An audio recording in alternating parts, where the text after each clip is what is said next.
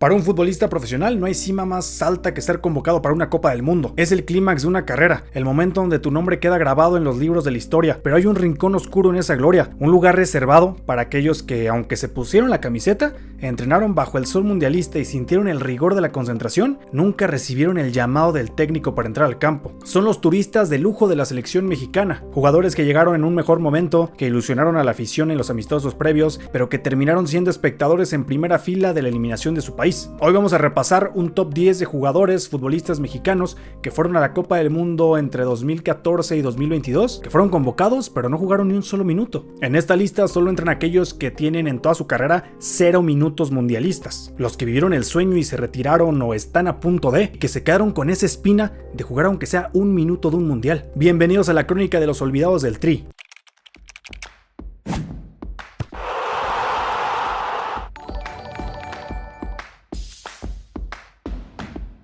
Puesto número 10, Johnny Magallón, Sudáfrica 2010. Empezamos con un caso que desafía la lógica de los procesos. Entre 2007 y 2019, no había un defensor más confiable y regular en México que Johnny Magallón. Surgido de las Chivas, Magallón se convirtió en el hombre de hierro de la selección. Fue titular indiscutible en la Copa Oro, en la Copa América de Venezuela y pieza clave para rescatar las eliminatorias cuando el barco se hundía. Sin embargo, el destino le jugó una mala pasada llamada experiencia europea. Mientras Magallón cumplía en la liga local, Francisco El Maza Rodríguez y Héctor Moreno estaban curtiéndose en el fútbol de los Países Bajos. A solo meses de Sudáfrica 2010, Javier Aguirre decidió que la jerarquía de estar en Europa pesaba más que la regularidad en el Tri. Magallón, que había jugado prácticamente todos los minutos del proceso, pasó de ser el líder de la saga a ser el quinto central en la lista. Vio todo el mundial desde la banca mientras el vasco apostaba por un esquema que lo borró por completo. Tras el mundial, su carrera en selección se apagó como una vela, dejando la sensación de que se le pagó con ingratitud a uno de los defensas más cumplidores de esa década. Número 9, Jorge Torres Nilo, igual en Sudáfrica 2010. En 2010, el lateral izquierdo tenía nombre y apellido, Carlos Salcido,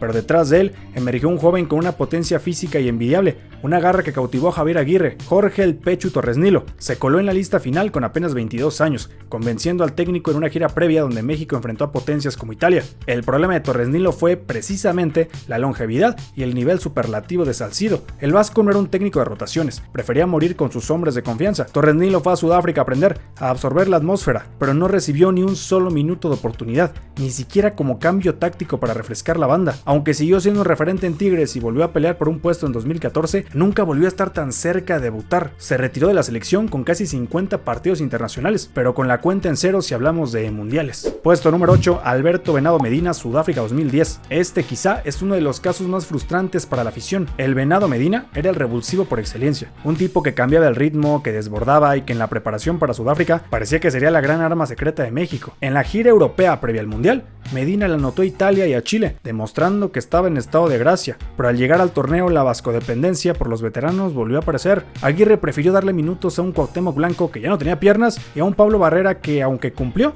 no tenía el olfato goleador que Medina mostró en mayo de ese año. El Venado se quedó sentado, viendo cómo México sufría por falta de desequilibrio por las bandas. Fue su primera y única oportunidad. Un talento desperdiciado por la terquedad de un sistema que prefirió los nombres sobre el momento futbolístico. Número 7, Isaac El Cone Brizuela, Brasil 2014. Llegamos a Brasil 2014. El Conejo Brizuela llegaba como la gran revelación de la Liga MX tras brillar intensamente con el Toluca. Miguel Herrera, que buscaba jugadores con dinámica y velocidad para su sistema de carrileros, lo incluyó en la lista final por encima de hombres con más recorrido como el Chaco Jiménez. Brizuela apenas contaba con 6 partidos en el Tri, pero su frescura ilusionaba. Sin embargo, en el Mundial, el Piojo se casó con su alineación titular. El esquema 5-3-2 dejó poco espacio para extremos puros como Isaac. A pesar de ser uno de los favoritos de la afición para entrar como revulsivo en partidos trabados como el de Holanda-Brasil, el Conejo no olió el césped ni un segundo. Fue a Brasil, se tomó la foto, pero nunca pudo demostrar por qué era el jugador más desequilibrante del fútbol mexicano en aquel momento. Número 6, Miguel Ponce, igual Brasil 2014. Miguel Ponce entró a la lista de Brasil 2014 de rebote, casi por accidente. Tras la baja por lesión de Juan Carlos Medina, Ponce, que había sido parte del equipo de oro en Londres 2012,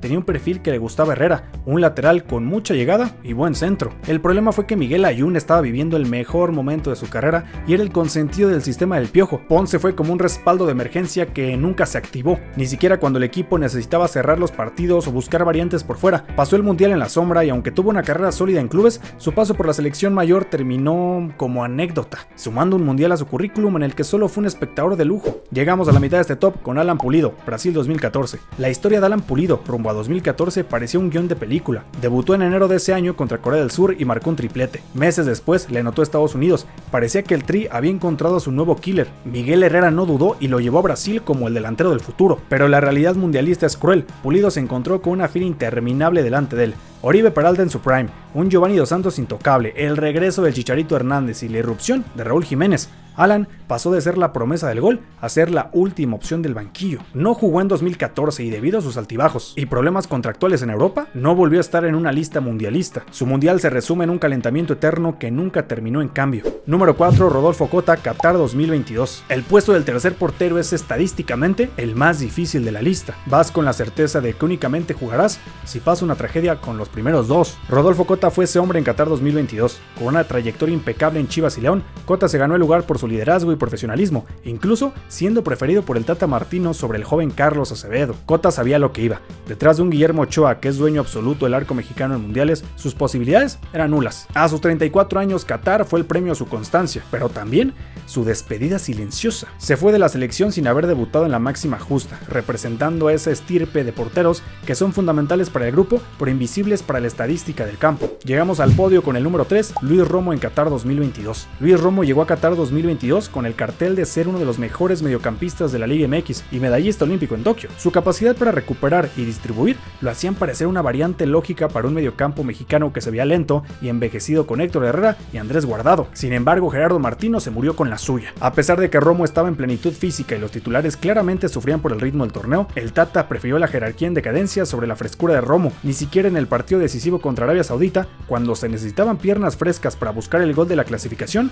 Romo recibió la oportunidad. Fue uno de los sacrificados por el dogmatismo de Martino, quedándose con las ganas de debutar en el que hasta ahora ha sido su único mundial. Esperemos para 2026 pueda jugar aunque sea un minuto. Número 2, Gerardo Arteaga en Qatar 2022. Este caso dolió especialmente. Gerardo Arteaga era de los pocos mexicanos que jugaban con regularidad en Europa, siendo titular indiscutible en Bélgica. En una selección donde escasean los europeos, Arteaga parecía la opción obvia para refrescar la banda izquierda, especialmente considerando que Jesús Gallardo venía recibiendo muchas críticas, pero Martino apostó por la experiencia de Gallardo en los 3 partidos. Arteaga, con toda su dinámica y roce internacional, no jugó ni un minuto. Fue una decisión que muchos no entendieron. ¿Para qué llevas un tipo que destaca en Europa si vas a usar a los mismos de siempre, aunque no estén en su mejor nivel? Arteaga regresó de Qatar con el sinsabor de haber sido ignorado en el momento más importante de su proceso. Número 1, Johan Vázquez, Qatar 2022. Llegamos al puesto número 1 y para muchos, la injusticia más grande de la historia reciente. Johan Vázquez fue a Qatar como jugador de la Serie A de Italia, joven, zurdo, con una salida de balón impecable y una garra que recordaba a los mejores centrales de la historia de México. Venía de ser pieza clave en el bronce olímpico